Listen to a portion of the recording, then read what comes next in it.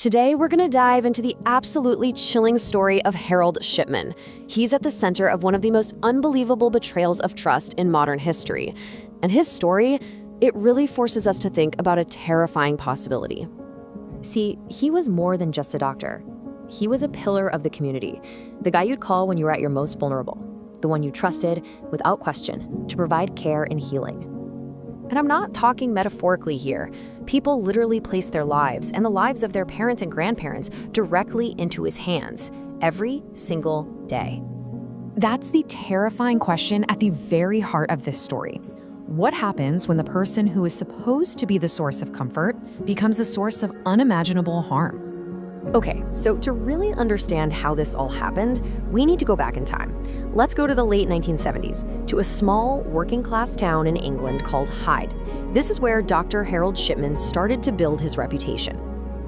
And wow, did he build the perfect image.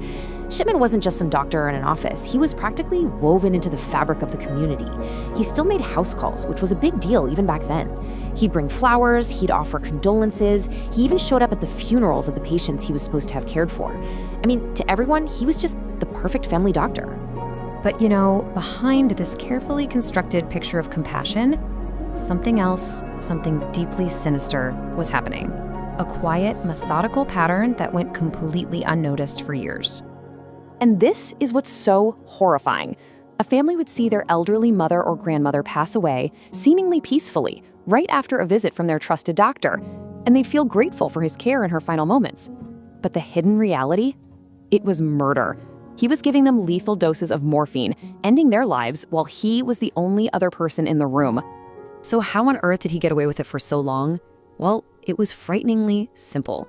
As the attending physician, he had the authority to sign the death certificates all by himself. He'd just write down natural causes, and because of his stellar reputation, nobody ever thought to question it. The system and the families, they trusted him completely. This went on for years, victim after victim. And then he got greedy. A single mistake, a single moment of carelessness, finally planted a seed of doubt that would unravel everything he'd built. This all kicks off in 1998. An 81-year-old woman named Kathleen Grundy, who was perfectly healthy, dies suddenly. Her daughter, Angela, who just happens to be a lawyer, found something really strange. Her mom's will had been clumsily faked, and the new will, it left her entire estate to Dr. Shipman. This was the red flag. Angela's professional instincts went into overdrive, and she went straight to the police. And that one report from Angela Grundy, it started an investigation that would slowly, piece by piece, pull back the curtain on a monster who was hiding in plain sight. The first thing they did was exhume Kathleen Grundy's body, and the toxicology reports confirmed it. A fatal overdose of diamorphine, which is basically medical-grade heroin. That single piece of hard evidence gave the police everything they needed to dig deeper. They started pulling hundreds of death certificates that Shipman had signed. And suddenly, a horrifying pattern started to emerge, connecting him to an unbelievable number of very similar deaths. The official inquiry that followed, called the Shipman Inquiry, came back with a staggering conclusion. They figured he was likely responsible for the deaths of over 250 of his patients. Just let that number sink in. 250 people, all murdered by the doctor they trusted. That number makes Harold Shipman the most prolific serial killer in modern recorded history. It's just unbelievable.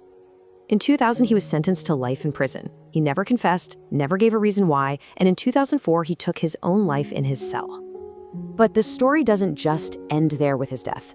The impact of his crimes sent shockwaves through the families, the community, and the entire British medical system. It left behind this deep, lasting legacy of betrayal. This quote from the son of one of his victims just captures the personal horror of it all. Can you imagine the guilt, the confusion, the rage? The man who was comforting you in your grief was the very person who caused it, a murderer hiding behind this mask of compassion. This whole tragedy, it forced a massive reckoning. It led to real systemic change in the UK. To make sure nothing like this could ever happen again, they rewrote the rules. Now death certificates often require a second opinion. The rules for controlled drugs like morphine were tightened up dramatically, and oversight for doctors in general was increased across the board. And that brings us to the final, really unsettling question that this whole case leaves us with. Shipman wasn't some shadowy monster lurking in an alley. He was a respected, trusted guy. It forces us to ask, how do we even begin to spot that kind of danger when it's so perfectly disguised as something normal, something good? Because sometimes evil isn't obvious. It doesn't announce itself with a scary face. Sometimes, as the story of Harold Shipman teaches us, it's hidden behind the very things we're taught to trust the most.